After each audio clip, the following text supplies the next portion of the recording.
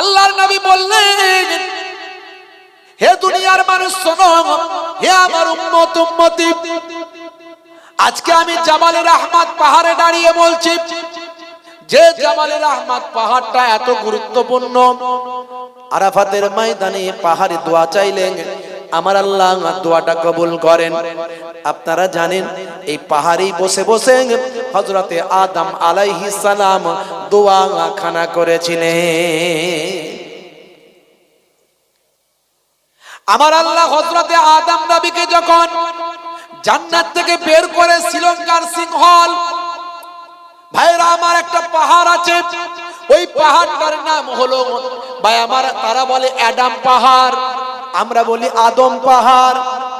এই শ্রীলঙ্কার সিংহলে ওই পাহাড়ের উপর একটা কম বেশি প্রায় 7 ফুটের কাছাকাছি একটা পায়ের ছাপ। এই পায়ের ছাপটা আজও দেখার জন্য পৃথিবীর বিভিন্ন পর্যটকেরা সেখানে ভিড় জমায়। শ্রীলঙ্কার জমিনে যদি আপনি যান, সেখানে গিয়ে বলবেন অ্যাডাম পাহাড়ে আমি যাব। এ তরুণ যুবকেরা, বিভিন্ন ধর্ম সম্প্রদায়ের মানুষ, তারা বলে আমাদের ধর্মগুরুর পায়ের ছাপ যেন একেবারে 5টা পায়ের আঙুলের চিহ্ন এখনো আপনি পাবেন। হে তরুণ যুবকেরা, আমাদের ধর্মীয় মতে, আমাদের ইসলামী নিদর্শন অনুযায়ী হযরতে আদম নবীকে আমার আল্লাহ এই শ্রীলঙ্কা আর সিংহলে পাঠিয়েছিলেন। তৎকালীন যুগে এই শ্রীলঙ্কাটা ভারতের আন্ডারে ছিল। হে তরুণ যুবকেরা, আদম নবী হলেন আমাদের আদি পিতা, সেই জন্য এই ভারতবর্ষ হলো মুসলমানদের বাপের দেশ। বন্ধুরা আমার, তরুণ যুবকেরা, হযরতে মা হাওয়া আলাইহিস সালামকে জেদ্দাতে নামিয়ে দিলেন। হে তরুণ যুবকেরা, 350 বছর হযরতে আদম নবী কান্না করেছিলেন আল্লাহর কাছে, আয় আমার আল্লাহ, আয় আমার মাবুদ, আমাকে ক্ষমা করে দেন, আমি ভুল করে ফেলেছি, আপনার নির্দেশ অমান্য করেছি। ওই গমদম ফল খেয়ে ফেলেছিলেন জান্নাতে, ভাই আমার শয়তানি চক্রান্ত ওয়াসওয়াসার মধ্যে থেকে গিয়ে। হে তরুণ যুবকেরা, আমার আল্লাহ হযরতে আদম নবীর দোয়া কবুল করেনি। 350 বছর দোয়া চেয়েছেন, 350 বছর কেঁদেছেন, এত কান্না কেঁদেছেন। হে তরুণ যুবকেরা, চোখের পানি শুকিয়ে গেছে। হযরতে আদম নবীর কান্না, ভাই আমার, আকাশ বাতাস মুখরিত হয়েছে, সবাই কান্না করেছেন। সেই আদম নবী সর্বশেষ কান্না যখন করেছিলেন, এই জাবালে রাহমাত পাহাড়ে উঠে তিনি আল্লাহর দরবারে কেঁদেছিলেন। কাঁদতে কাঁদতে বলেছিলেন, আয় আমার মাবুদ, মনে পড়ে গেছে আমার, যখন আমি জান্নাতে ছিলাম, তোমার একজন মাহবুব বান্দা নামটা জান্নাতের দরজায় দেখেছিলাম, তিনি হবেন আমার পরের প্রজন্ম, আমারই বংশধর, আমারই সন্তান, তিনি হবেন তোমার শেষ নবী, তিনি হলেন আখিরি জামানার পয়গম্বর, জগতের শেষ নবী জনাবে মুহাম্মদ মুস্তাফা সাল্লাল্লাহু আলাইহি ওয়াসাল্লাম। আয় আমার মাবুদ, সেই তোমার প্রিয় বান্দা, তোমার প্রিয় হাবিব, আখিরি জামানার পয়গম্বর, তার খাতিরে তুমি আমার দোয়া কবুল করে নাও। আমার আল্লাহ বললেন, বাবা আদম, এবারে তুমি এমন অজুহাত নিয়ে এসেছো, এমন ওসিলা নিয়ে এসেছো, এবার আর আমি তোমাকে ফেরাতে পারলাম না। যাও যাও যাও, হে আদম, আমি তোমার দোয়াটা কবুল করে নিলাম। যে পাহাড়ে হযরতে আদম নবীর দোয়া কবুল হয়েছিল, সেই পাহাড়টা হলো আরাফাতের ময়দানে, পাহাড়টার নাম হলো জাবালে রাহমাত। সেই জাবালে রাহমাত পাহাড়ের উপর একটা পিলার দেওয়া আছে, আদম নবীর স্মৃতির জন্য সেখানে রাখা আছে। হযরতে আদম নবী মাথা তুলে দেখলেন, হযরতে মা হাওয়া আলাইহাস সালাম জেদ্দার দিক থেকে হেঁটে হেঁটে আসছে। হে তরুণ যুবকেরা, হে আমার বন্ধুরা, শুনে রেখে দিন বাবা, জেনে রেখে দেন, আমার আপনার নবী বললেন, আয় আমার উম্মত উম্মতে, আমি হলাম শেষ নবী, আমার পরে আর কেউ নবী আসবে না। আনা খাতামান নবিয়িনা লা নবিয়্যা বাদি। তবে মনে রাখবেন, কাল কিয়ামত পর্যন্ত নবী না এলেও নবীদের ওয়ারিস আসবে। নবীদের বংশধর আসবে। কারা নবীদের বংশধর, কারা ওয়ারিস? পীরের ছেলে পীর হবে? না না না, এটা কোথাও লেখা নাই। নবীর ছেলে নবী হবে এমন কথা কোথাও লেখা নাই। ওলির ছেলে ওলি হবে এটা কোথাও লেখা নাই। আপনার ঘরের ছেলেটাও ওলি হতে পারে যদি যোগ্য হতে পারে, ওলি আল্লাহর বেলায় আল্লাহ দিতে পারেন। আপনার ঘরের ছেলেটাও পীর হতে পারে যদি আল্লাহ যোগ্যতা দান করেন। হে তরুণ যুবকেরা, হে আমার মুরব্বিয়ানিরা, আমার আপনার নবী বললেন আল উলামা ওয়ারাসাতুল আম্বিয়া। হে দুনিয়ার মানুষ শোনো, হাক্কানি আলেম ওলামারা হলো নবীদের বংশধর। নবীদের বংশধর যারা হবে তাদের আল্লাহ কি সম্মান দিয়েছে। শুধু তাই নয়, ভালো করে শুনবেন এই লাইনটা, এই কথাটা। ওলামা ও উম্মতি কা আম্বিয়ায়ে বানি ইসরাইল। দয়ার নবী বলছেন আমার উম্মতের মধ্যে যারা হাক্কানি আলেম তারা হলো বানি ইসরাইল যুগের নবীদের পর্যায়ভুক্ত। জোরে বলুন সুবহানাল্লাহ। মান যারা আলেমান ফাকা আন্নামা জারানি, যে আলেমে হাক্কানির সঙ্গে জিয়ারত করলো সে যেন আমি দয়ার নবীর সঙ্গে জিয়ারত করলো। মান সাফাহা আলেমান ফাকা আন্নামা সাফাহানি, যে আলেমে হাক্কানির সঙ্গে মুসাফা করলো সে যেন আমি দয়ার নবীর সঙ্গে মুসাফা করলো। জোরে হবে না? মান জালাসা আলেমান ফাকা আন্নামা জালাসানি, যে আলেমে হাক্কানির মজলিসে গিয়ে বসলো সে যেন আমি দয়ার নবীর মজলিসে এসে বসলো। জোরে হবে না? কিন্তু সেই আলেমে হাক্কানিটা আলেমে হাক্কানির মতো হতে হবে, যার সামনে গিয়ে বসলে আল্লাহ এবং রাসূলের কথা মনে পড়ে যাবে। দুনিয়ার কোন গীবত, শেকায়েত, চগলখড়ি, হিংসা, বিদ্বেষ, অহমিকা, আত্মগরিমা, অহংকার তার মধ্যে থাকবে না। বাপ, এই চেহারা দেখে আলেম বোঝা যাবে না, ডিগ্রি দেখে আলেম বোঝা যাবে না। প্রকৃত আলেমে হাক্কানি হতে গেলে তাকে নবিয়ানার তরিকায় চলতে হবে। হে তরুণ যুবকেরা, হে আমার বন্ধুরা, শুনে রেখে দিন বাবা, জেনে রেখে দেন। হে মুসলমান, একটু লক্ষ্য করুন, সেই আলেমে হাক্কানিরা এখন ওয়াজ নসিহত করেন। হে মুসলমান, আজকে তারা নামাজের কথা বলেন, আজকে তারা রোজার কথা বলেন, আজকে তারা দান সাদকার কথা বলেন, আজকে তারা হিংসা বিদ্বেষ থেকে বেঁচে চলার কথা বলেন। হে তরুণ যুবকেরা, এই ইসলামকে প্রতিষ্ঠা করার জন্য আমার আপনার নবী কত কষ্ট করেছেন, কতটা মেহনত করেছেন। হে যুবকেরা, প্রত্যেকটা নবী, প্রত্যেকটা পয়গম্বর কত মেহনত করেছেন, কতটা কষ্ট করেছেন। বাপ, হে যুবকেরা, হে আমার বন্ধুরা, মক্কা শরীফ, মদিনা শরীফে গেলে আপনি দুই ধরনের খেজুর অবশ্যই খাবেন। একটা হলো কালো খেজুর, আর একটা হলো দানা ছাড়া খেজুর। খেয়েছেন? এই কালো খেজুরটাকে বলে আজুয়া খেজুর। কি খেজুর বলে? আজুয়া। এই খেজুরটার সম্পর্কে আল্লাহর নবীর হাদিস আছে। আল্লাহর নবী সোনার জবানে জানিয়ে দেন, যদি কেউ সকালবেলা খালি পেটে 7টা আজুয়া খেজুর খায়, সেই দিনে তার শরীরে বিষ ক্রিয়া হবে না। সেই দিনে তাকে কেউ জাদু করলেও জাদুটা আর কাজে লাগবে না। হে তরুণ যুবকেরা, ইংল্যান্ডের ম্যানচেস্টার বিশ্ববিদ্যালয়, সালটা হলো 2020 সাল, ইন্টারনেটে ভাইরাল একজন পৃথিবী বিখ্যাত স্কলার। হে তরুণ যুবকেরা, হে আমার মুরব্বিয়ানিরা, বিভিন্ন ধর্ম সম্পর্কে সেখানে আলোচনা হচ্ছে, বিভিন্ন ধর্মের কথোপকথন হচ্ছে। মুসলমানদের একজন ধর্মীয় ব্যক্তি, ধর্মীয় প্রধান সেখানে আছেন, অন্যান্য সম্প্রদায়ের মানুষ সেখানে আছেন, অন্যান্য সম্প্রদায়ের ধর্মীয় ব্যক্তিরা সেখানে আছেন। হে তরুণ যুবকেরা, ইংল্যান্ডের ম্যানচেস্টার বিশ্ববিদ্যালয়ে হল ঘরে তখন ধর্ম নিয়ে আলোচনা চলছে, কথোপকথন হচ্ছে। সেই সময় একজন অন্য ধর্মের ধর্মযাজক পণ্ডিত মুসলমানদের ধর্মযাজক ধর্মীয় পণ্ডিতকে বলতে লাগলেন, আচ্ছা বলুন তো দেখি, আপনার ইসলামে যা বলা হয়েছে সেগুলো না হলে আমি মেনে নিলাম, অনেক কথাই আমি বিশ্বাস করি, ইসলামে যা বলা হয়েছে সেগুলো বিজ্ঞান আর বাস্তবসম্মত। কথা ঠিক না ভুল বলেন?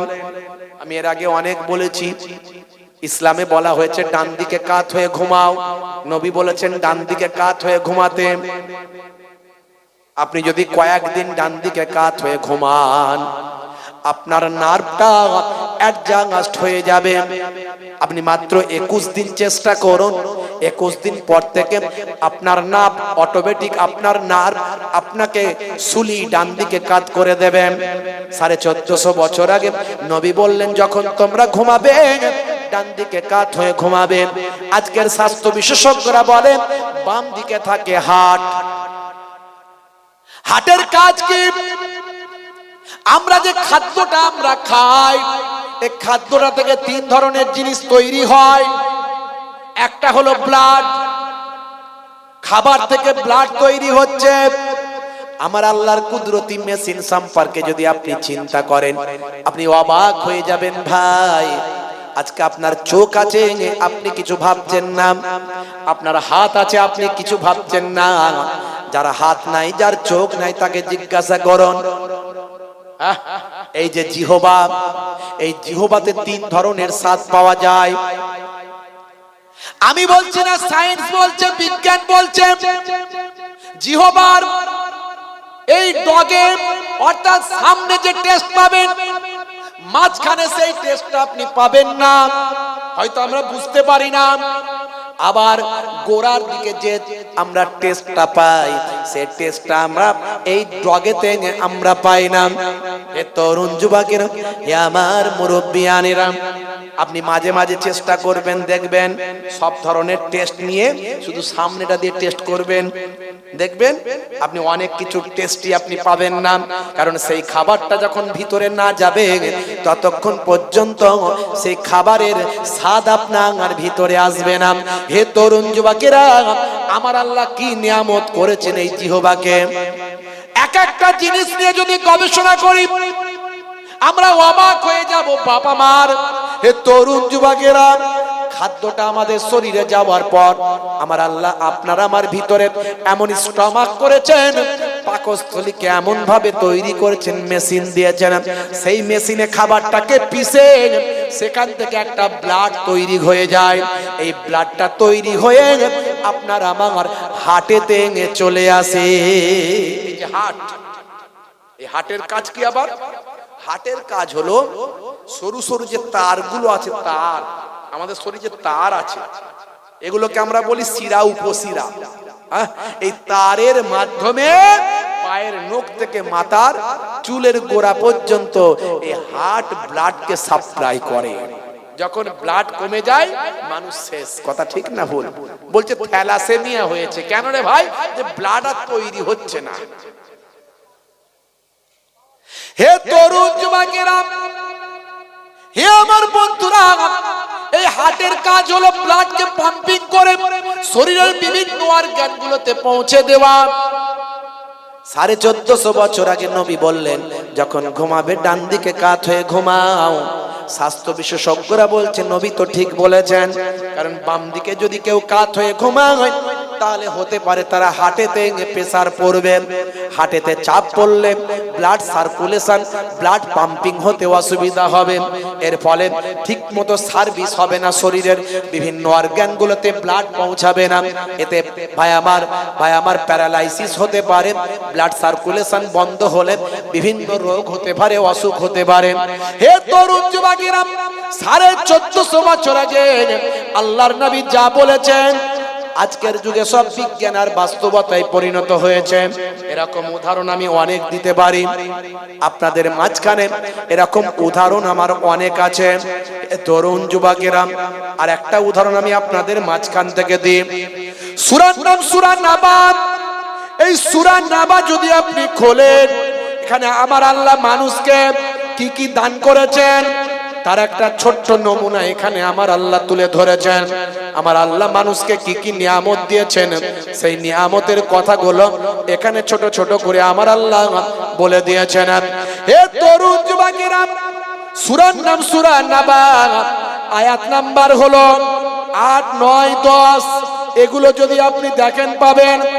8 নাম্বার আয়াতে আমার আল্লাহ বলছেন ওয়া খালাকনাকুম আজওয়াজা ওয়া জাআলনা নাওমাকুম সুবাতা ওয়া জাআলনাল লাইলা লিবাসা আতিউল্লাহ ওয়া আতিউর রাসূলা ওয়া উলিল আমরি মিনকুম।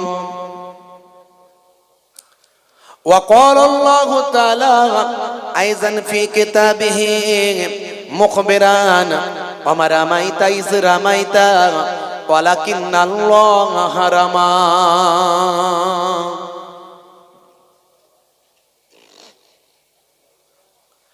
وقال النبي صلى الله عليه وسلم من تمسك بسنتي عند فساد أمتي فله أجر 100 شهيد إلى آخر الحديث أو كما قال عليه الصلاة والسلام.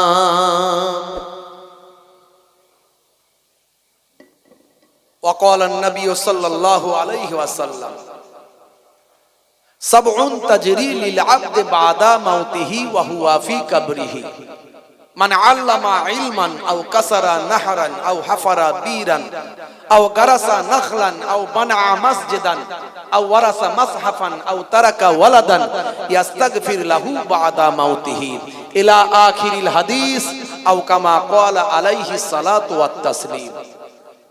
শ্রদ্ধেয় সম্মানীয় আজকের সভার সভাপতি, মঞ্চে উপবিষ্ট আমার বাপজি মুরব্বী সাহেব বসে আছেন আল্লাহ করে, সামনে অনেক আমার বাপজিরা বসে আছেন, হাজি হুজ্জাজেরা আছেন, তোলাবারা আছেন, সামেইন হযরতেরা আছেন, আমার পিতৃতুল্য বাপজিরা আছেন, তরুণ যুবক বন্ধুরা আমার ভাইয়েরা আছেন, ছোট ছোট স্নেহের বাচ্চারা আছে, পর্দার আড়ালে আমার জননী মায়েরা বোনেরা আছে, মাইক্রোফোনের আওয়াজে কান লাগিয়ে আছেন, জাতি ধর্ম বর্ণ নির্বিশেষে শ্রোতা বন্ধুরা আছেন। প্রত্যেককে আমি মুহিবুল্লাহ হুসাইনি আমার আন্তরিক সালাম শুভেচ্ছা ভালোবাসা জ্ঞাপন করি। আল্লাহ পাকের রহমত সমস্ত ঈমানদারের উপর হোক, জোরে বলুন আল্লাহুম্মা আমিন। মাশাআল্লাহ, কিছু সময়ের জন্য আলোচনা করব, একের পর এক উলামা হযরতরা আলোচনা করছেন আল্লাহ করে। ওয়াজ করার নির্দেশ আল্লাহর। ওয়াজ করার নির্দেশ কার? যারা বলেন কার? আল্লাহর। আমার আল্লাহ বলছেন ফাযাক্কির ফা ইন্না যিকরা তানফাউল মুমিনিন। You keep telling believers will benefit. হে নবী, আপনি ওয়াজ করতে থাকুন, আপনি ওয়াজ করতে থাকুন, আপনার ওয়াজটা ঈমানদারদের উপকারে লাগবে। জোরে হবে না? হে তরুণ যুবকেরা, হে আমার বন্ধুরা, শুনে রেখে দিন বাবা, জেনে রেখে দেন। হে মুসলমান, একটু লক্ষ্য করুন। আমার আল্লাহ বললেন হে নবী ওয়াজ করতে থাকুন, আপনার ওয়াজটা ঈমানদারদের উপকারে লাগবে, কাজে লাগবে। আমার নবী ওয়াজ করতে শুরু করলেন, হযরতে আবু বকর সিদ্দিক রাদিয়াল্লাহু তাআলা আনহুর উপকারে লাগলো। আল্লাহর নবী ওয়াজ করলেন, হযরতে ওমর ফারুক রাদিয়াল্লাহু তাআলা আনহুর উপকারে লাগলো। আল্লাহর নবী ওয়াজ করলেন, হযরতে ওসমান জিন্নুরাইনির উপকারে লাগলো। আল্লাহর নবী ওয়াজ করলেন, হযরতে আলী মুর্তজা কারামাল্লাহু ওয়াজহুর উপকারে লাগলো। আল্লাহর নবী ওয়াজ করলেন, আবু জাহালের উপকারে লাগলো না, আবু লাহাবের উপকারে লাগলো না, উতবা সাইবার উপকারে লাগলো না। নবী আমার ওয়াজ করেছিলেন, আমার আল্লাহ বললেন, হে নবী চিন্তা করবেন না, ঘাবড়াবেন না, আপনি কোনো কিছু নিয়ে ভাববেন না, ততক্ষণ পর্যন্ত ওই কওম, ওই ব্যক্তি, ওই জাতিকে আমি আল্লাহ হেদায়েত দান করি না, যতক্ষণ না সেই ব্যক্তি, সেই কওম, সেই জাতি হেদায়েত হওয়ার চেষ্টা না করে।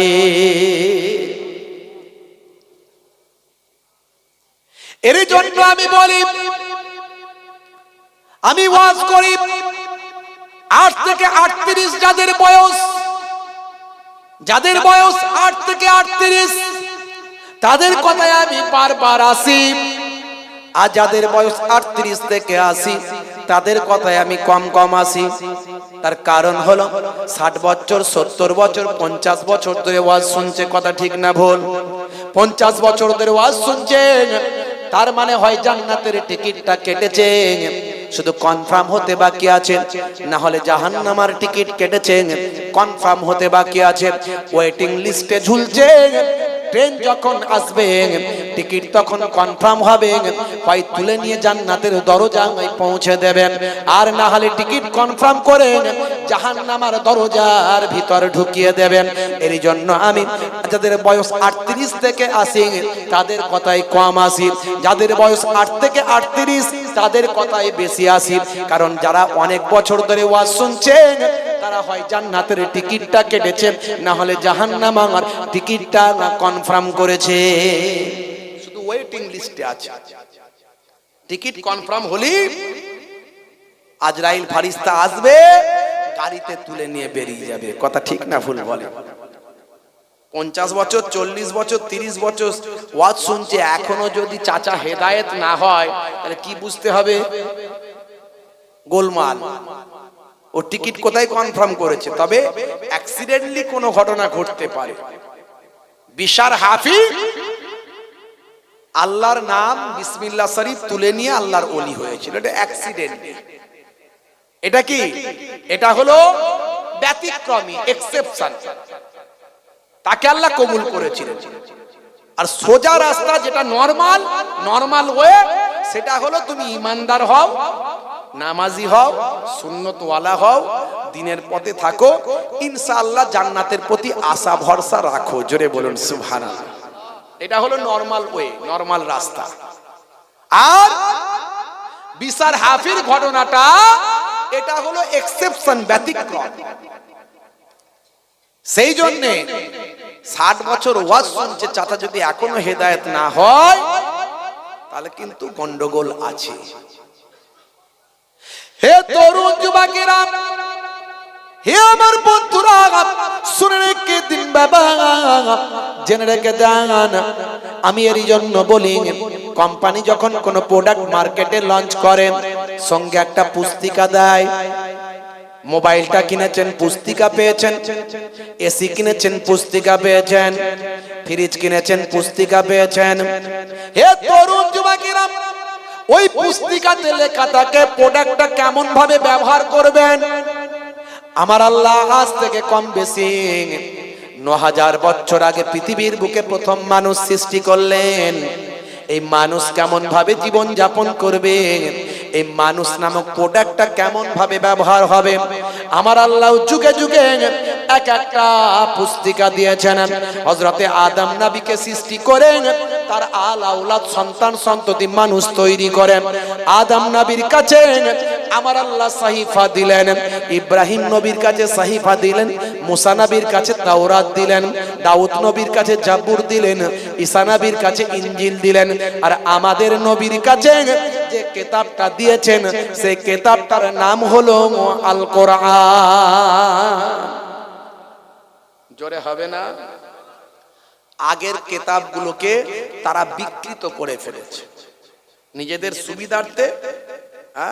এই হুজুররা, মৌলানারা, পাদ্রীরা, ধর্মগুরুরা, ধর্মযাজকেরা যদি ভালো হয় তো খুব ভালো, আর যদি গন্ডগোলের হয় এরা ধর্মকে ব্যবহার করে লুটে পুটে খায়। পরিষ্কার সোজা বাংলায় বলছি, যদি ভালো হয় তো খুব ভালো, আল্লাহর ওলি। আল্লাহর ওলি। আর যদি তা না হয়, ধর্মকে ব্যবহার করে লুটে পুটে খায়। এই আগের যুগে তাই হতো, যাতে করে কোরআনকে ব্যবহার করে, কোরআন মাজিদকে ব্যবহার করে উম্মতে মুহাম্মাদির আলেমরা লুটে পুটে খেতে না পারে। আল্লাহ বললেন আগের কিতাবগুলো মুখস্থ করার অনুমতি ছিল না, কিন্তু এই কিতাবটা মুখস্থ করার অনুমতি দিয়ে দিলাম। পৃথিবীর বুকে কোটি কোটি হাফেজে কোরআন আছে না নাই?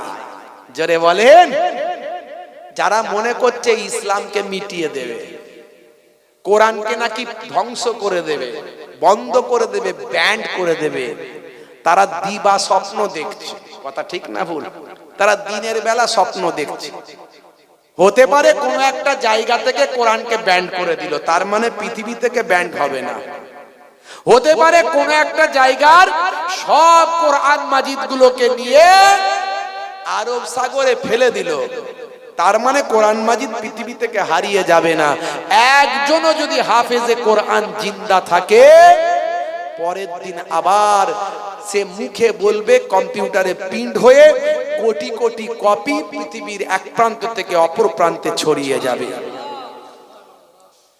যদি আগুন লাগে ধ্বংস হয়ে যায়, ধ্বংস হয়ে যায় পৃথিবীর সব বইয়ের দোকান, তবু বিশ্ব থেকে হারাবে না পবিত্র কোরআন। করবে কেমন করে কোরআন ধ্বংস? আগুনের তেজ করবে কেমন করে কোরআন ধ্বংস? আগুনের তেজ আছে বিশ্বে ভরা অগণিত কোরআনে হাফেজ।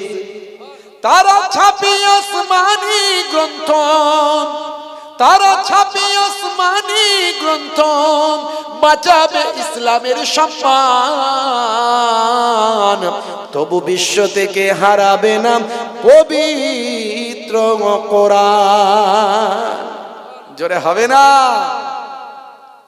আল্লাহ রাব্বুল আলামিন কোরআন মাজিদে তাই বলে দিয়েছেন, নাহানু নাযালনা যিকরা ওয়া ইন্না লাহু লাহাফিজুন। এই কোরআন মাজিদ আমি আল্লাহ নাজিল করেছি, আর এর হেফাজতের দায়িত্বটাও আমি আল্লাহ নিজে গ্রহণ করেছি। জোরে হবে না?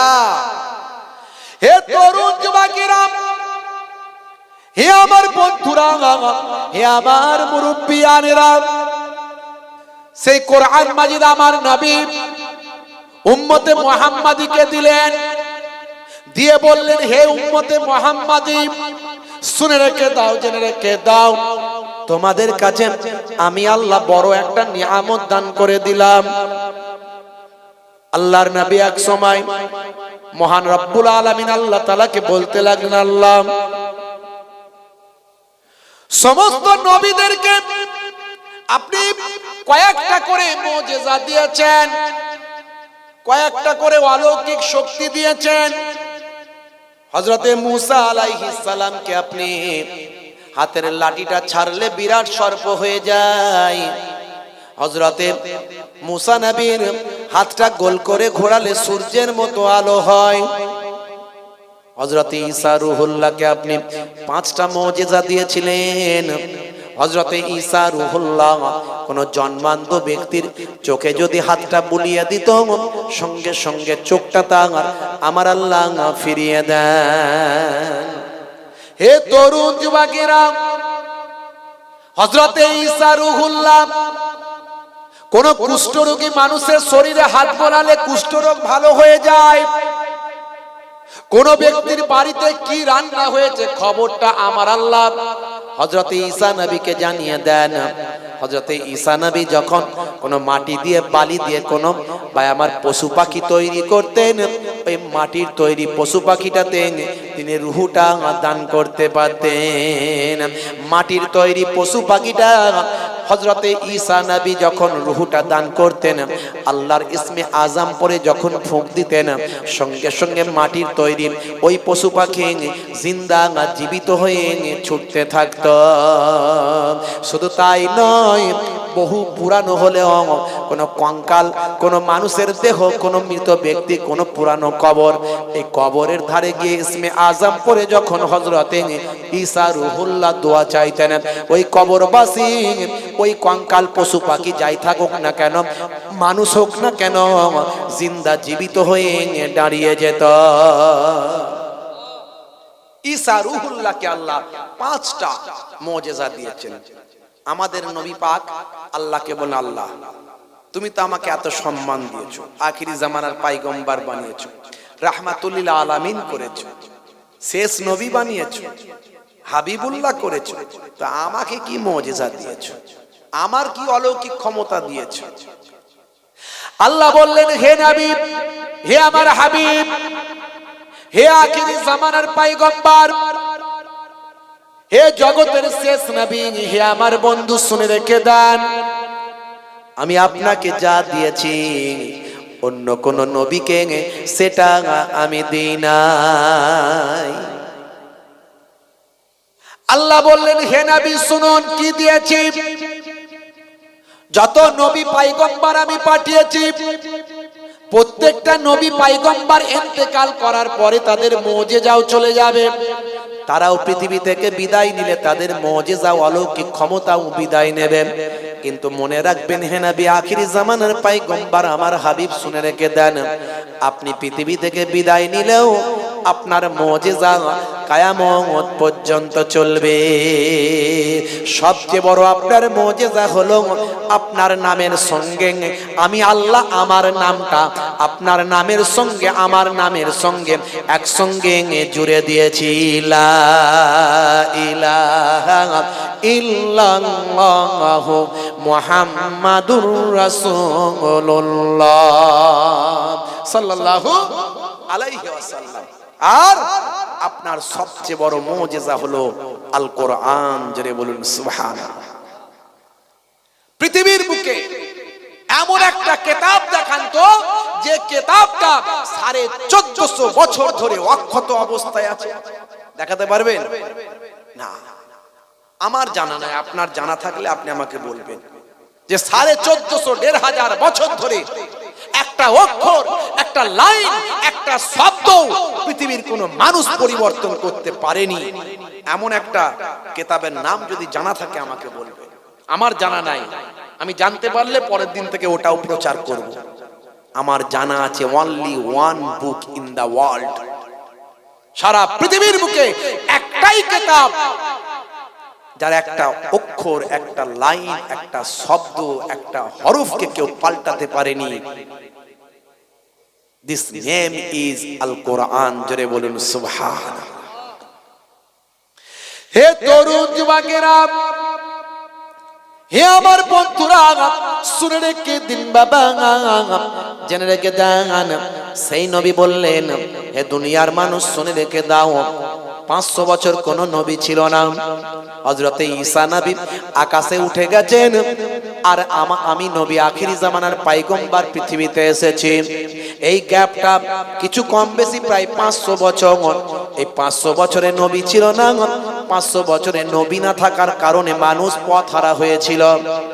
মাইট ইজ রাইট, জোজ্জার মুল্লুক তার, অপরাধ, অন্যায়, অত্যাচার, পাপাচার, লুকাচার, মেরে নেওয়া, কেড়ে নেওয়া, এমন কোন অপরাধ ছিল না পৃথিবীর মানুষ করে না। সুদ ঘুষ জেনা ব্যভিচার ছিল কি ছিল না? এ তরুণ যুবকেরা, আমার আপনার নবী আইয়ামে জাহিলিয়াত, অন্ধকারাচ্ছন্ন, কুসংস্কারাচ্ছন্ন, মূর্খতার যুগকে আমার আপনার নবী বন্ধ করেছিলেন। সেই সময় দয়ার নবী মানুষকে হেদায়েত দান করেছিলেন। এ মানুষ হেদায়েত হয়ে যাও, সেহি আল্লাহ জোয়ান, এক আল্লাহকে তোমরা মেনে নাও। এই যে হাজারো তোমরা নিজেরা খোদা তৈরি করেছো, এই খোদা কখনো সঠিক খোদা হতে পারে না। মহান স্রষ্টা, যিনি বিশ্ব ব্রহ্মাণ্ড কুল কায়নাত সৃষ্টি করেছেন, তিনি হলেন একজন, তাকে আমরা বলি আল্লাহ তাআলা। হে তরুণ যুবকেরা, হে আমার বন্ধুরা, আল্লাহর নবী বললেন, আমি মানুষকে পরিবর্তন করলাম, লক্ষ লক্ষ মানুষ হেদায়েত হয়ে গেল। আল্লাহর নবী বললেন, বাবা আমি তোমাদের কাছ থেকে বিদায় নেব। বিদায় হজের সময় আরাফাতের ময়দানে 1,20,000 সাহাবায়ে কেরামদের সামনে দয়ার নবী ওয়াজটা তিনি করেছিলেন। এই আরাফাতের ময়দানে একটা পাহাড় আছে, এই পাহাড়টার নাম হলো জাবালে রাহমা। হাজী সাহেবরা গেছেন কি জি? এখানে হাজী সাহেব কজন আছেন একটু হাত তুলে দেখান তো দেখি। মাশাআল্লাহ, আছেন কেউ হাজী সাহেব? আমার হাজী সাহেব পাশে বসে আছে, আর একজন হাজী সাহেব আছে। নিশ্চয়ই আপনারা আরাফাতের ময়দানে গেছেন। জাবালে রাহমাত, এই যে পাহাড়টা আপনারা দেখেছেন, আগে উঠতে পারতো, এবারেও কি আমি উঠেছিলাম, এবারেও গিয়ে উঠেছিলাম, তবে অনেক ক্ষেত্রে আবার ব্যারিকেড করে দেয়, উঠতে দেয় না। প্রচন্ড গরম, প্রচন্ড কষ্ট, তবে এখন সিঁড়ি মতো করে দিয়েছে। আগামী দিন সরকার চেষ্টা করছে যাতে জাবালে নূর, গারে হেরা,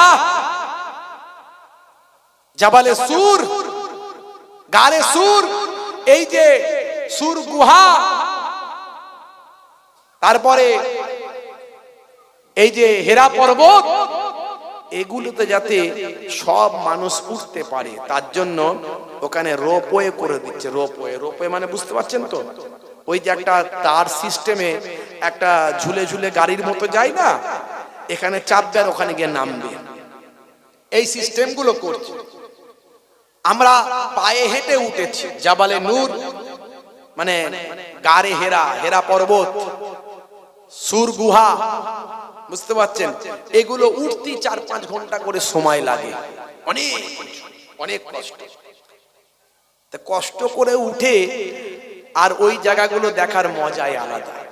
আর টুক করে উঠলাম আর চলে গেলাম 100 টাকা দিয়ে, এর কোনো মজা কতটা আছে? তবে আমার নবীর স্মৃতি বিজড়িত, নিশ্চয়ই ভালো লাগবে, কিন্তু কষ্ট করে উঠে যে আবেগটা পাওয়া যায়, সে আবেগটা আর পাওয়া যাবে কিনা জানি না আগামী দিন। যে জাবালে নূর, যেখানে জিবরাইল ফেরেশতা এসে হাজির দিতেন, কোরআন মাজিদের প্রথম যে 5টা আয়াত সূরা আলাকের অবতীর্ণ হয়েছিল, ইকরা বিইসমি রাব্বিকাল্লাযী খলাক, খলাকাল ইনসানা মিন আলাক, এই যে আয়াত নাযিল হয়েছিল যে পাহাড়ে, জাবালে নূর, হেরা পর্বত, সেই জায়গায় আল্লাহর নবী দীর্ঘদিন ধরে আল্লাহর ইবাদতে মশগুল থাকতেন। তারপরে হিজরতের সময় এই সুর গুহাতে হযরত আবু বকর সিদ্দিক হুজুরকে নিয়ে সেখানে আল্লাহর নবী অবস্থান করেছিলেন, অপেক্ষা করেছিলেন কয়েকদিন, 3 দিন 3 রাত। সেখানে আসমা, আম্মা জান আসমা, আবু বকর হুজুরের কন্যা, ছোট বাচ্চা বয়স, জি হ্যাঁ, তখন ওই ছাগল চড়াতে চড়াতে গিয়ে তিনি খাবার দিয়ে আসতেন। সেখানে কত কষ্ট করেছেন আমার নবী।